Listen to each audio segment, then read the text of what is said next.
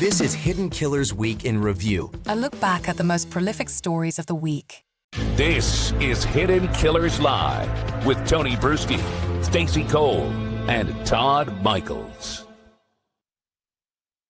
We're going to keep talking about this because it just keeps getting worse. This isn't about left or right. It's about power and psychology. There's that letter, Jamie Raskin's letter to Attorney General Pam Bondi that come out. It doesn't read like politics. It reads like history repeating itself. A federal sex trafficking investigation into Jeffrey Epstein's co-conspirators.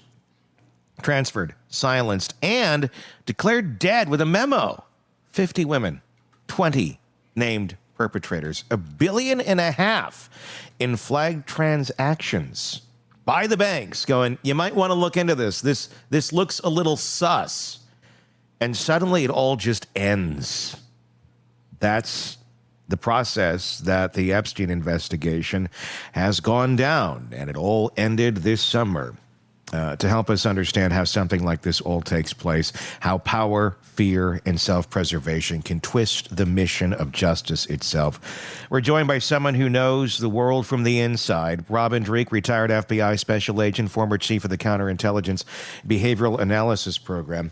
Because if this was just a bureaucratic blunder, it wouldn't feel this coordinated. So today we're going to go beneath the headlines into the psychology of cover-ups, the culture of silence, and the behavioral patterns of people who choose power over principle. Robin, welcome as always. It seems this is our topic as of the last many weeks every time we talk, but there's so much to dig into here. When you hear that an active federal sex trafficking investigation started in New York. Then the DOJ said, we're going to take it up for you. We're going to keep this going. And then suddenly, nothing. Shut it down after being transferred to D.C. What's your first instinct as someone who's worked inside the Bureau? What's going on? It's a great first question to ask. Like, what's my first impression? What did I first do when even prepping for today? And in all these situations, because I intimately know the government bureaucracy, I intimately know the Bureau and how we do things. And it is filled with very righteous people in the sense of I always every day went to work to do the righteous thing for the country. You know, it was always about protecting American citizens, national security of the United States, our allies, and our friends and family. Everyone around me at my level was of the same ilk and the same motivations and came in for the same reasons. And so my first impression always is, all right, what would compel someone to do this? What would be the real rationale, the bureaucracy and everything behind this? And so the first thing I did on hearing all this again was, all right, so let me do a deep dive. You know, I did a deep dive on the research. Let me look at all the cases we actually do. What's actually the priorities? What are the goals? What are the stats we actually track? What funds the government? What funds the FBI from different investigations? So I can get an understanding as what would compel someone at any level to not focus on the Epstein stuff, and what else are they doing if they're not focusing on that? So that's the first thing I did is I do a deep dive to understand what's going on behind the scenes to get that deep empathy and context from a granular level, from an actual operators and lower level executives piece of pie.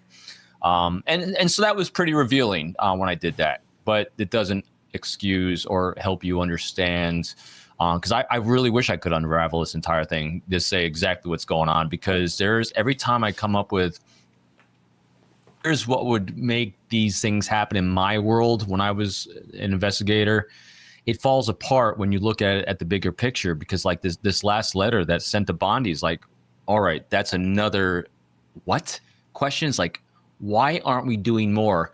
And because at the granular level, down at the case agent level, there's a lot of reasons why it wouldn't have been followed earlier by a case agent to investigation. That is, when you have, I'll give you an example. So from my career, especially when I was working at FBI headquarters, or even as a case agent, you have a stack of cases of righteous work to do, more than you can ever do in a day or year or career. I mean, when I closed my career out, the first thing you start doing is transferring cases that are old cases that you never had time to work on because of priorities, and reprioritizing that stack every single day. As FBI headquarters, we had, as my assistant director in charge of it would always say, you have 3 stacks. You reshuffle these 3 stacks every day. The stack of stuff you actually have to get done. The stack of stuff you have to get done or you get fired if not. The stack of stuff you got to get done or you're going to jail if not. Which stack do you choose? You got to go for the immediate stack. You know, the squeaky wheel gets the oil, right? Mm-hmm. So, and every day, what happens is someone on high comes down and says, reshuffle that stack because of this priority, because of this thing, because the Secretary of State says this, because the Attorney General says this, because we have a new stat or measure we have to track in order to get funding, because Congress wants to see us do this. In order for Congress to see us do this, to get our money, we have to do this. And each one of those cases on my stack are very, very important righteous cases, but I still have to shuffle them because there's only one me and all this. That happens in organizations, that happens in businesses, that happens in government, that happens in the FBI. And so with that long explanation, I looked at the types of cases, these task forces, because the Epstein case was handled most likely off of a task force in both Florida as well as New York. And those task forces have mandates on prioritizing the immense volume that comes in. I mean, I have all the stats and all the numbers. I mean, we're talking thousands and thousands of cases and leads that come in on trafficking, especially when it comes to minors and pedophilia and all the horrendous things that go around it. I mean, we're talking thousands and thousands of leads a year. Hundreds of cases a year being prosecuted. Each one of these cases requires immense amount of resources, manpower, surveillance, FISAs, subpoenas, searches, interviews. All these things require bandwidth. Now, so here's where I think they're able to try to hide, and I'll say hide because I do think when we see letters from Congress, like the congressman that put this forward, who was it? Raskin put forward. Yeah, Jamie Raskin. There should be some transparency. When you're seeking transparency from Congress, you should be able to have transparency. But here's where I'm guessing from my background and understanding of what they're able to rationalize away on the Epstein stuff is, because when I did the research, the cases they tend to probably most likely, because this wasn't a violation I worked, so I'm looking hindsight, but I know the Bureau because I was Bureau for 22 years. They're prioritizing the cases where there's a very direct threat of violence against children and those being trafficked. So they're going to prioritize those that there's violence, like imminent violence. Then they're also part of that prioritization. There's going to be drug trafficking. There's going to be RICO charges. There's going to be organized crime charges. And so there's a lot of racketeering kind of stuff going on at the lower levels. And the threat against the children themselves is what they're going to higher prioritize. And it's not, I mean, is that not righteous work too? Yeah. And so see that, and herein lies the rub. So, when you have a case agent or a supervisor or the field office, they have this stack in front of them. Now, say they're looking at the Epstein case, and the Epstein case has very righteous work in here for all the horrendous things that are going on. And then all of a sudden you have the Attorney General office, the Assistant U.S. Attorney, because they're actually ones over in DOJ prosecuting these cases, saying, hey, I know this is an important case. I know the Epstein case is important, but what do you got right now that's really hot? Because we need these numbers right now to justify our funding. What children are being threatened with violence right now? And then you can easily pick up this, and this. And now you get distracted with this. And it's not that they can't say they're not doing righteous work. It just got sidelined over here. So that's one way in which I believe they're able to hide the fact that this. And now when it comes to the conspiracy, again, I'm not a big conspiracy guy, because if there was a group, a cabal of people that got together and says, we shouldn't do this, and they're wringing their hands, we got to hide and protect each other. With all the people that have been let go and fired between DOJ and FBI, you'd have a lot of loose lips, sinking the ship of what's been going on. But you're not seeing that yet. But people are saying it's there, it must be there, it has to be there. Here's the types of conversations and ways in which I've seen or could potentially see this happening. It's kind of like what we just said. You have someone at the super high level that's an appointee. Because remember, people that are hired inside organizations like the FBI, we're not appointed. We apply, we work hard, we wanted to serve our country and serve the American people for a very long time. It took me, I didn't get into the FBI until I was 29 years old. And it was a year-long process after coming out of the Marine Corps. So we're talking service. Everyone around me, same thing. And so these are the people that care very deeply about doing the righteous work. Now, when you start highs up, whether it's the Attorney General, Director of the FBI, all these high level people, they're the ones that are potentially going to be much more aware of taking down government institutions, people that make a lot of money, political appointees, academic institutions, Epstein's network, that's the area up there. And so here's the conjecture that could happen without actually having conversations that can be incriminating. And that is, it's not that they're saying, hey, we got to hide this, we got to protect this person, we got to not look here. It's easy because of the way I just laid out the priorities of protecting children, violence against them. They can easily say, hey, we really need to focus on this. And it's right work. And what happens is in any organization, especially the bureau or a government organization, when the boss that is in charge of your reputation, in charge of your promotion, in charge of your feeling of safety, of your paycheck, says this is the priority, and it's a righteous priority. It's not that they're saying don't investigate this. It's not saying ignore this. They're saying this is important today. We'll get to that later, but this is what the hot topic is today. And it shifts and it trickles down. It feels like it's okay. Look over here. Don't look here. Look over here, because this is worth your time too. This is something really big. This is important. This is righteous work. Look over here, and we'll get to this later.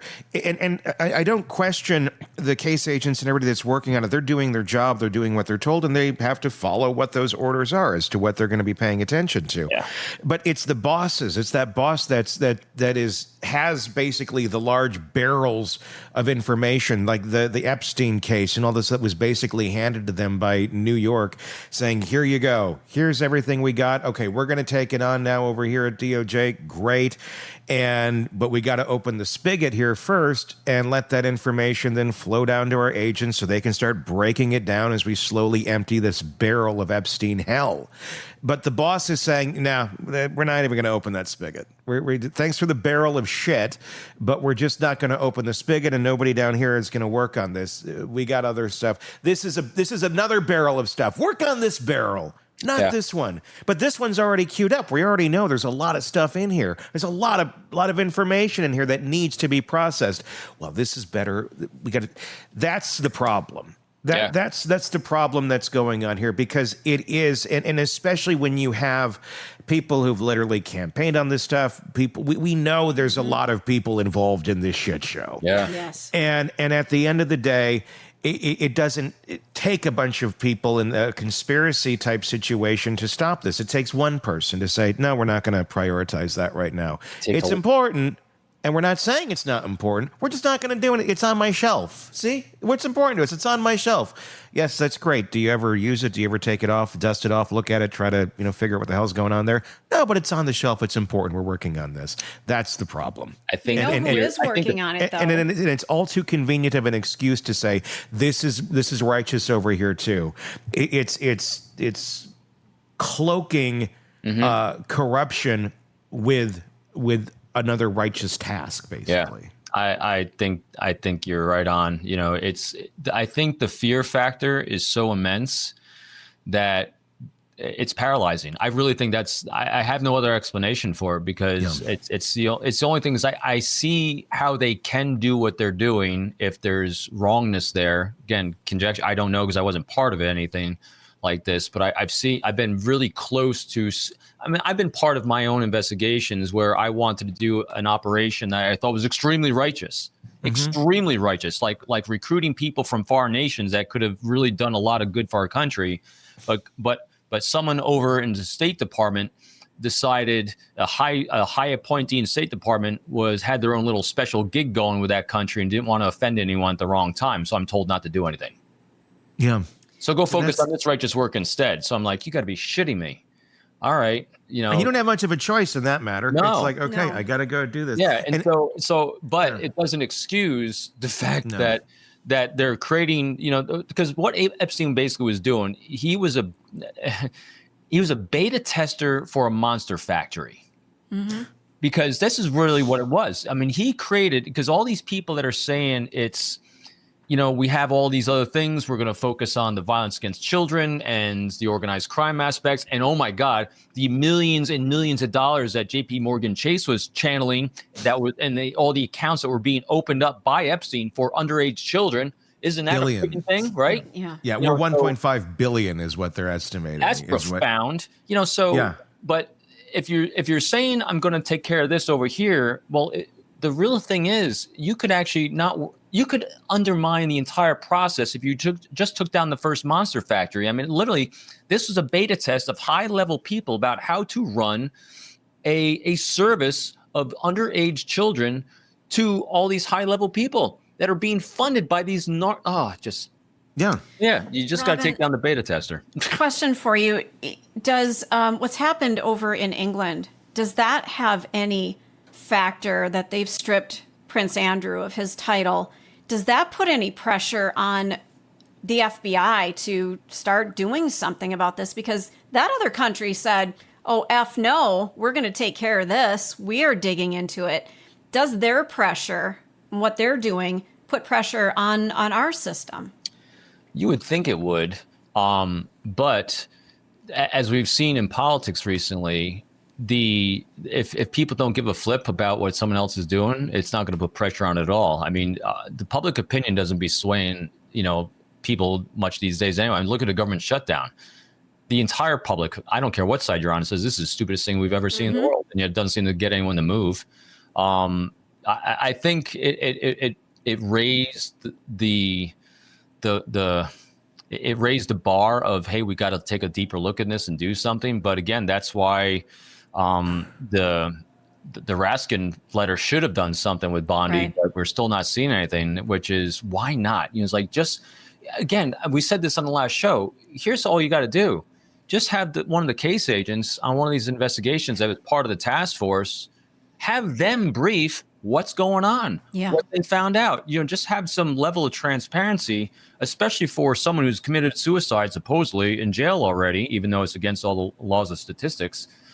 In cases like this, show that. I mean, but again, just lack of transparency allows us to fill in the gaps of what we think it could be, and then just spools out of control. So, like you were saying earlier, it probably comes down to fear in a lot of this, what we're seeing out there. Because, I mean, if you look at this and you go, okay, well, these people that are in these positions of power, Kash Patel, Pam Bondi, they were placed there by certain people.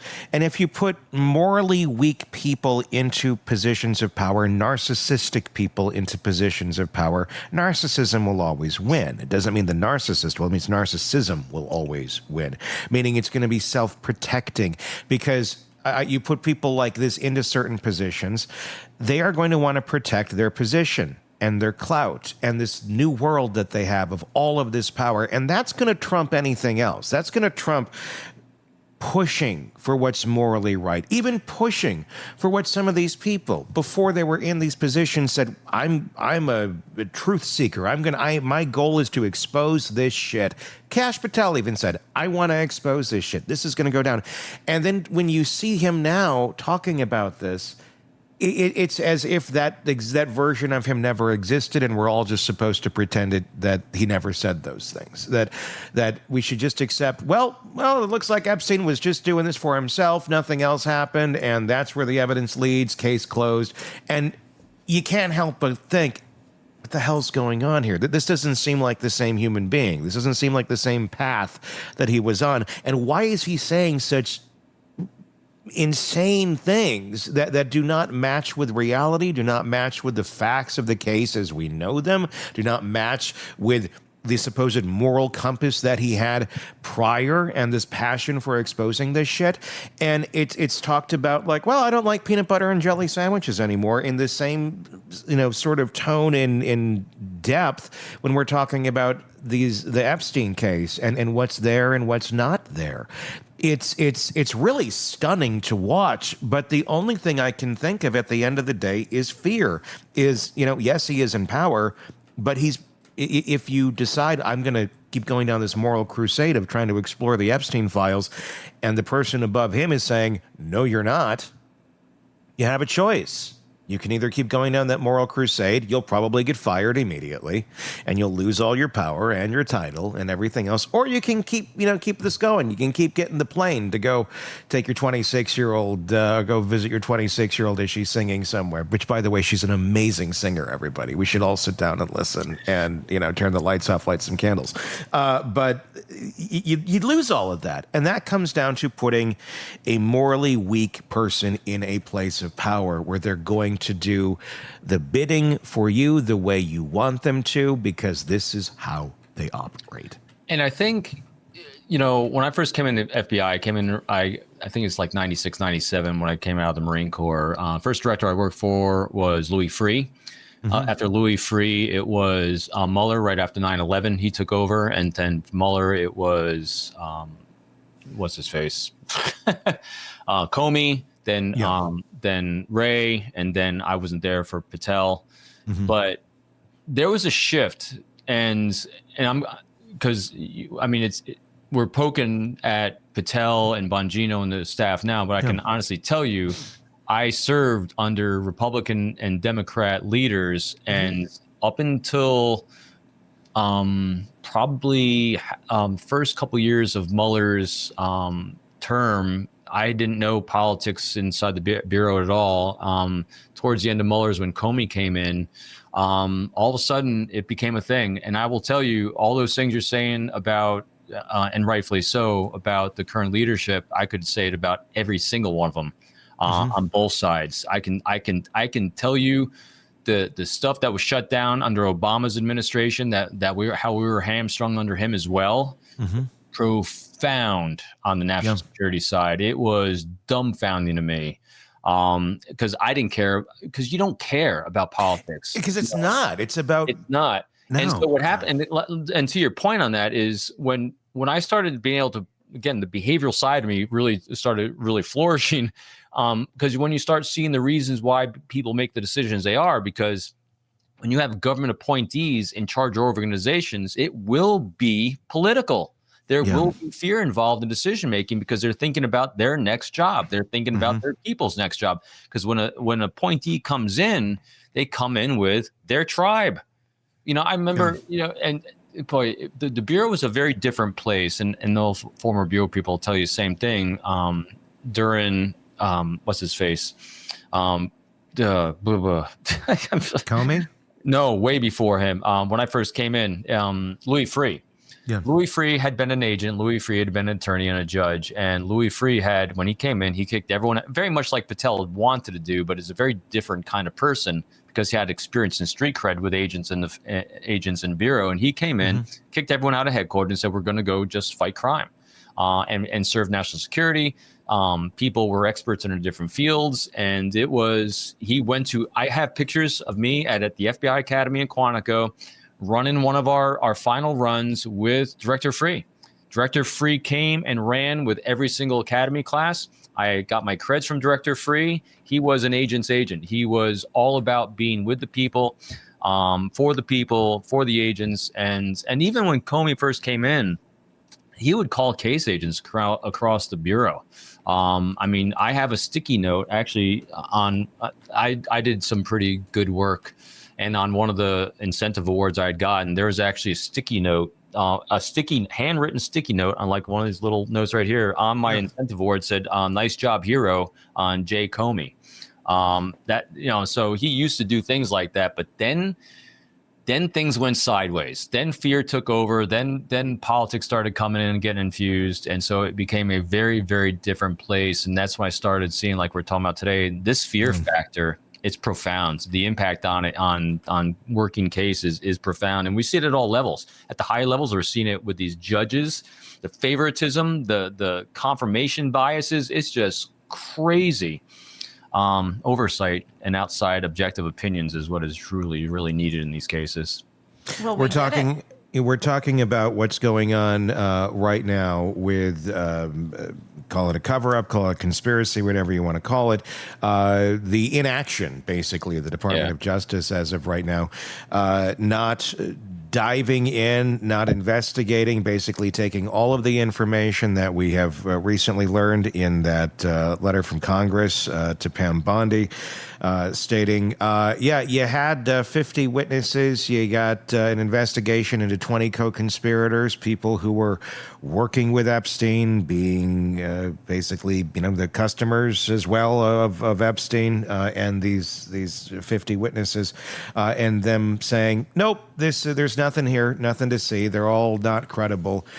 Never mind the fact it's what put Ghislaine Maxwell away. Never mind the fact it's what was the inspiration for stripping Prince Andrew of all of his titles of being in the royal family. So clearly, there's some legs to this information, and the fact that the FBI and the DOJ is saying we're not going to touch that right now, for no explanation. Despite it being a massive promise to the public as a whole, to the people they serve, that we are going to dig into this, we are going to dive, and we are going to expose whoever needs to be exposed. Party be damned, we're going to do the right thing. And now when it's their turn to shine, when the spotlight is on them, they're like, nothing to see here. Turns out that it's all a big myth. You know why? Damn well it's not. Why? I think having read that exquisite book by the brave Guffrey, Giuffre, Virginia Giuffre, Nobody's Girl. When you saw and get an understanding of Epstein's non-political corruption of everyone he touched. Yeah, I think when all these people came out with these they were assuming, they were hardcore thinking, most likely in their brains, it's got to be them.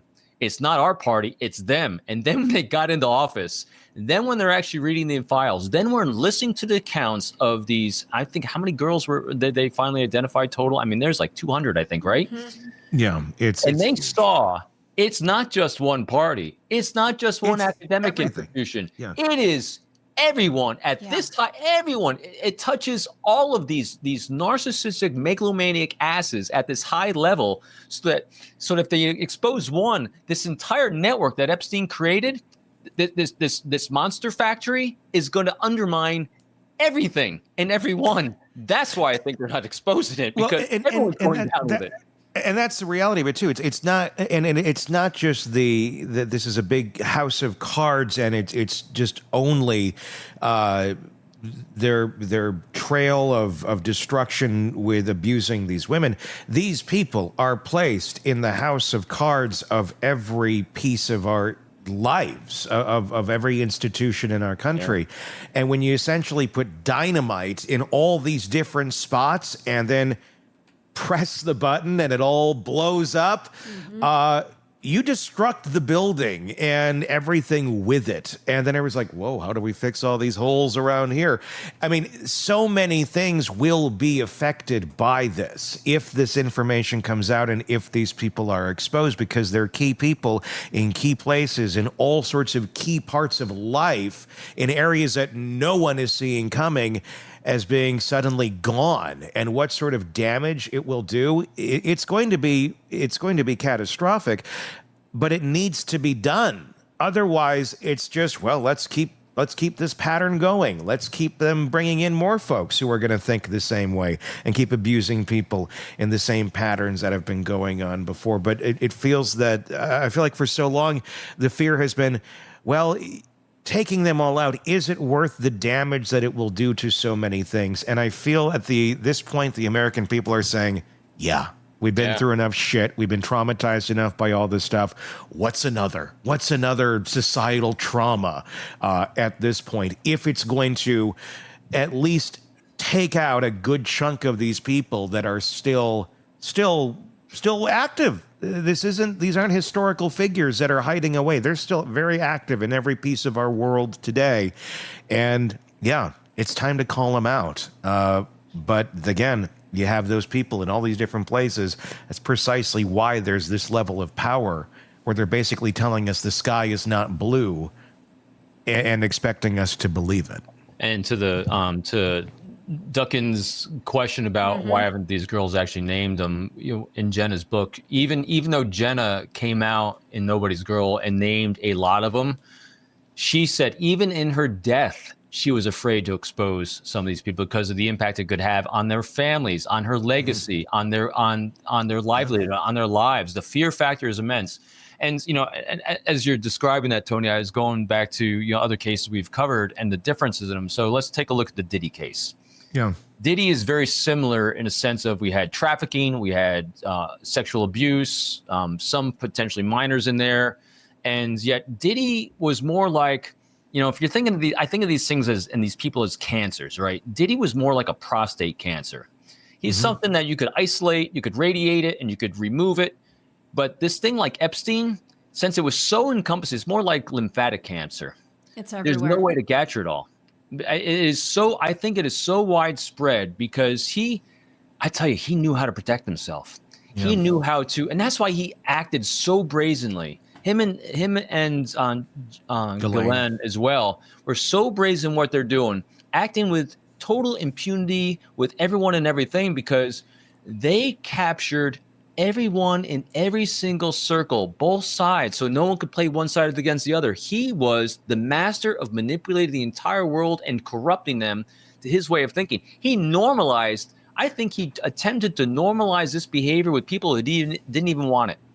Because when you listen to Jenna's book, he was throwing these young girls at guys in their 80s that were even impotent in the rooms. And you can imagine that these guys were told, hey, I got a really good young girl up here. She's great at giving massages. And the guy's like, really? That's kind of odd. Okay, I'll get a massage. And the girls are then being instructed to go service them like you service me, like you service so-and-so. And these guys are like, what?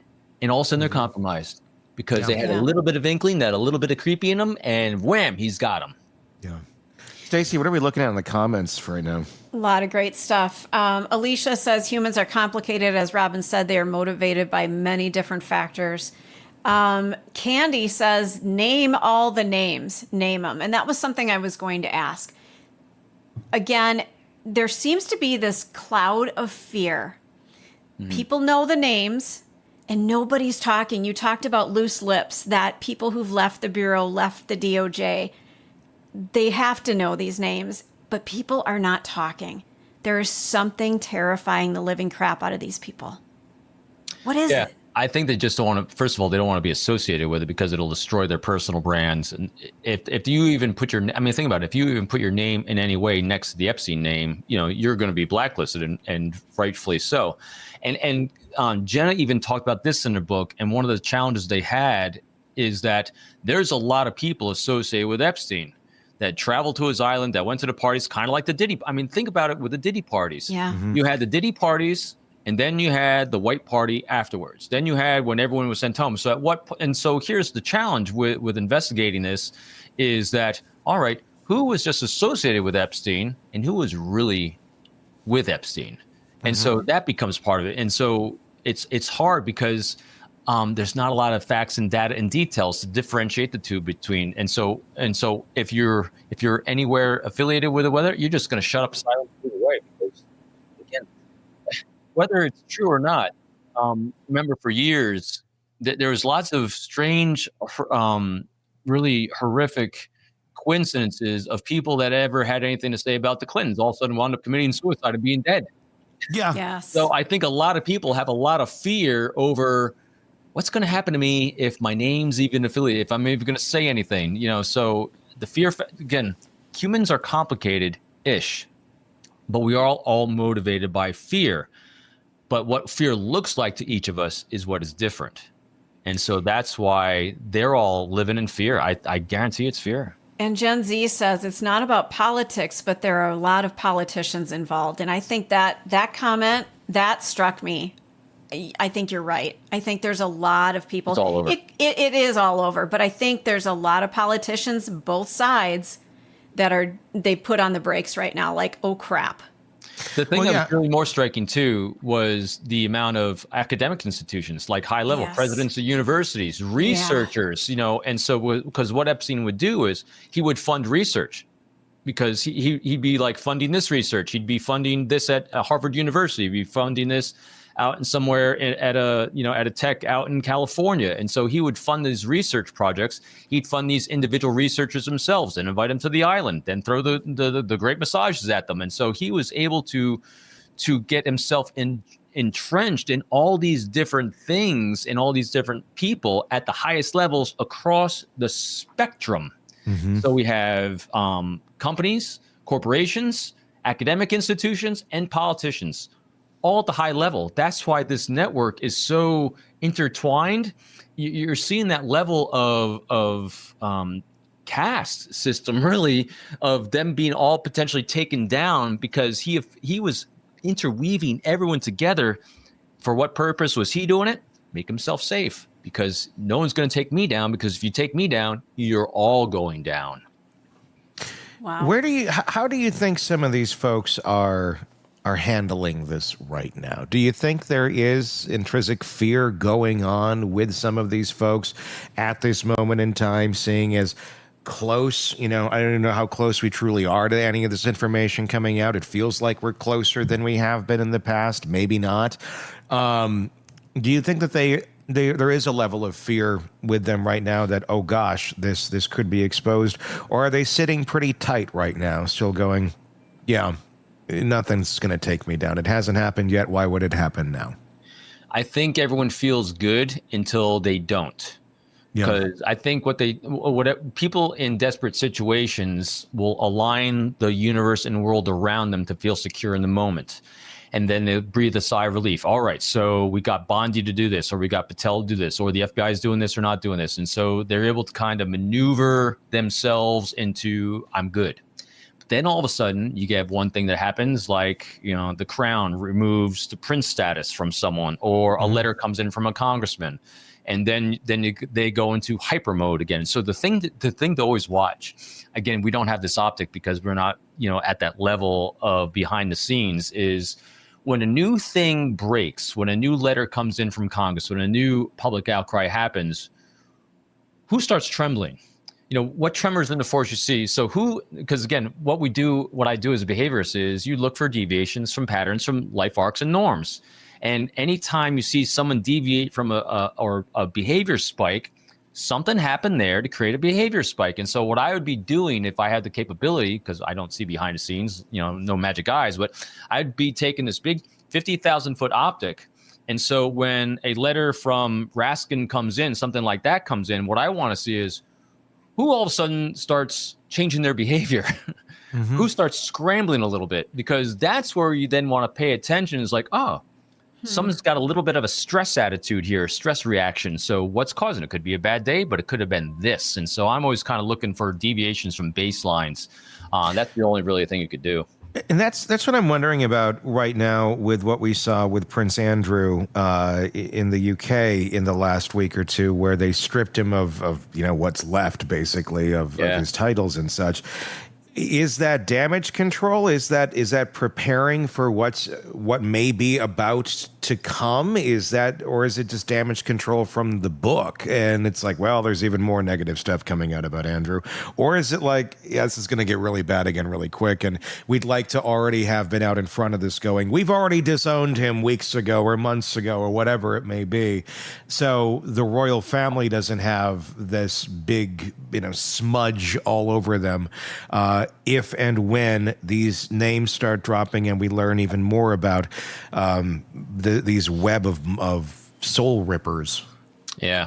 I think, again, my conjecture on it is that when you have something like the book come out and it names him so explicitly in that book, he's got his lawsuits that he settled for, that was enough for them to say, hey, there's more here. And also because now it's become very evident that there's a lot of sanction issues going on. It could tie up a lot more people, and it could get a lot. There's a lot more dirt there than's even in the book. Yeah. And I think that's why they took that action, because there's no denying it now. And that's why if I was everyone else, I'd be scrambling, if you're involved in this. And that's why I think there's a lot of silence. And that's why every time you see a letter coming in and it hits like this void, it hits like a black hole. That's very telling. It's never just what people are doing that is telling. It's what they're not doing. And when you see a collective silence, that says a lot. As much as it is one person or two people screaming about something, that says something about them. But when you hear a collective silence and like a dull thud when something hits, you're like, ooh, that says a lot more about what everyone might know than what not. So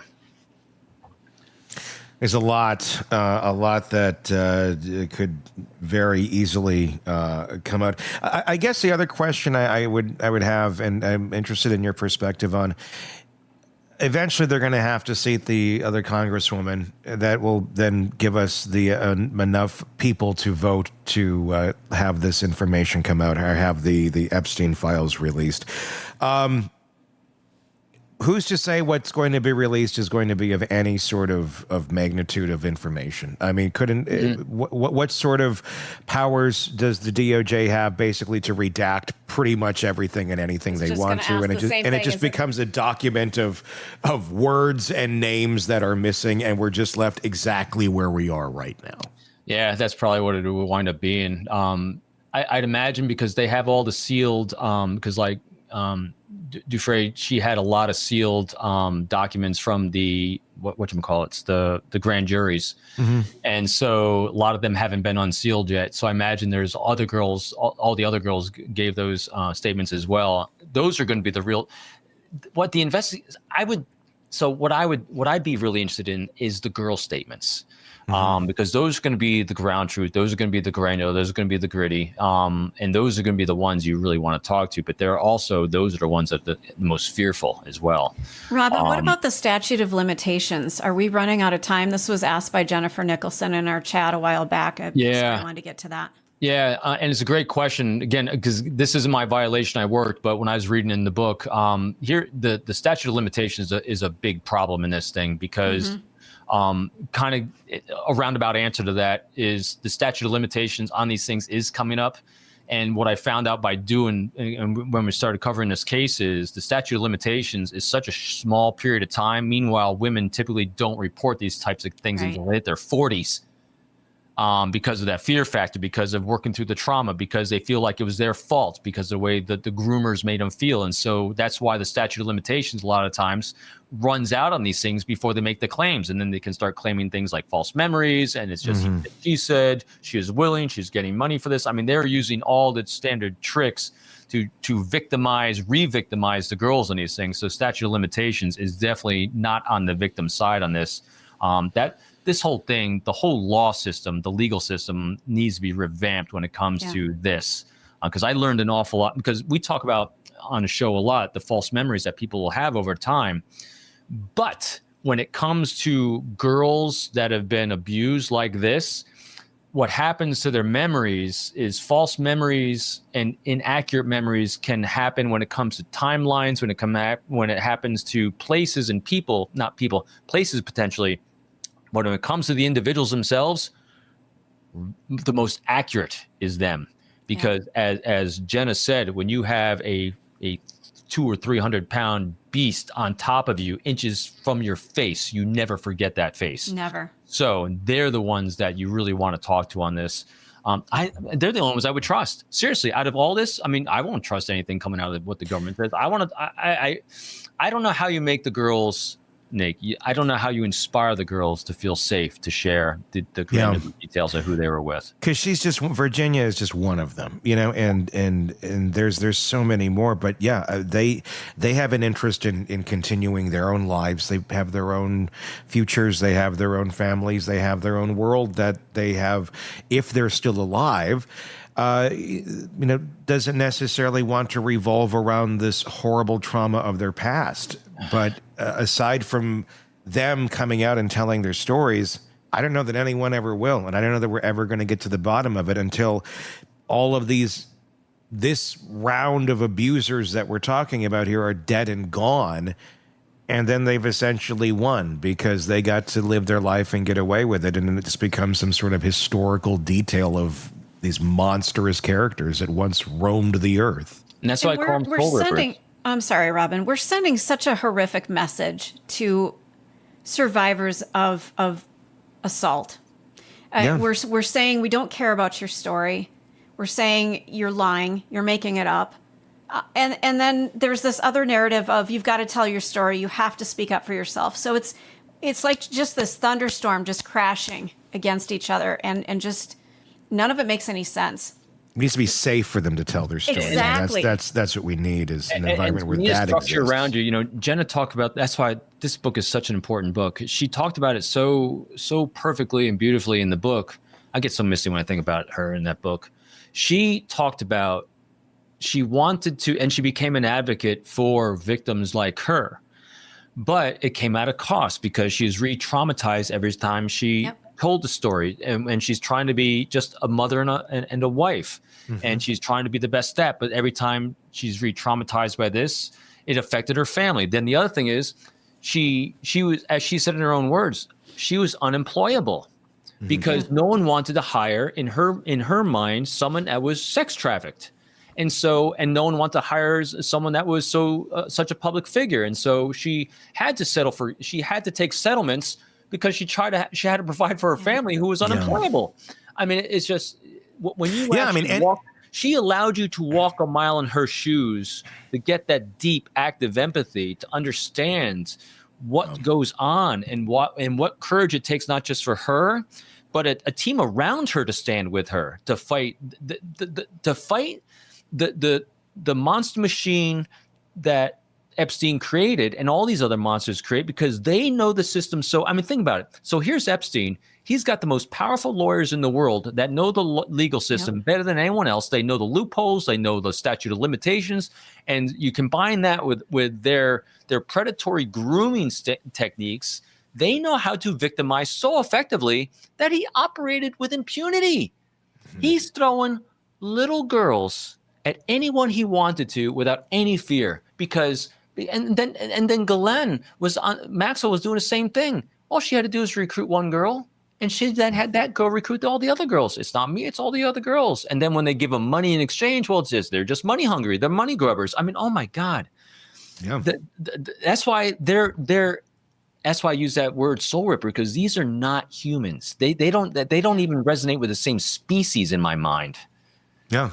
They know how to work this in such an intricate, monstrous way that it is truly shocking. It's like, how are you processing anything? And this is how it comes out. There's so many questions, and we'll keep covering it. We'll keep seeing what happens here. As of this recording, on that letter that was sent to Bondi, they're demanding by the 10th that, an answer is given. And, as we've seen already from Bondi, super mature answers like your mother and things like that coming out. That's a whole other thing. Essentially, we're dealing with 5-year-olds running the government. I'm the glass half full. I'm very positive about everything in the world. And here's the good news. Good news is this. Good news is shows like ours. There's a lot of people covering this, and a lot of people holding people accountable in ways they couldn't be held accountable before. Yeah. When Epstein started his monster factory, he had no idea that ever in the history of our species that these types of shows would be out there to force him to be compliant, to force the world to and allow these girls to feel safe to come forward. The more this happens, the better, because all the girls that, and even the girls were afraid to talk to each other. Jenna talked about that in the book. They're afraid to talk to each other. When they finally got together, she was holding a retreat from them all to get together. COVID shut it down before it actually happened. But it was just, they were afraid to even talk to each other. That's the fear they had. They couldn't even bond for a long time until they actually finally could, because the shame that they're made to feel. And that's how these horrendous soul rippers do it. God, anyway, I digressed again. It's okay. Your thoughts in the comments section. Everybody put it there. We'd love to hear it. Robin's latest book, Unbreakable Alliances. Go check it out wherever books are sold. And press subscribe as well. I'm going to go bathe in Purell again. I feel like every time we get into this one. But it's an important one, and I'm glad we can have these conversations, and this continues to need to be exposed. And if you feel the same need, share this. so other people can hear about it, because I think that's half of it. A lot of people, they don't realize the depth of what the hell has been going on. So please do that. Until next time, for Robin, for Todd, for Stacy, I'm Tony Bruschi. We'll talk again real soon. Want more on this case and others? Then press subscribe now and don't miss a moment of true crime coverage from Tony Bruschi and the Hidden Killers podcast.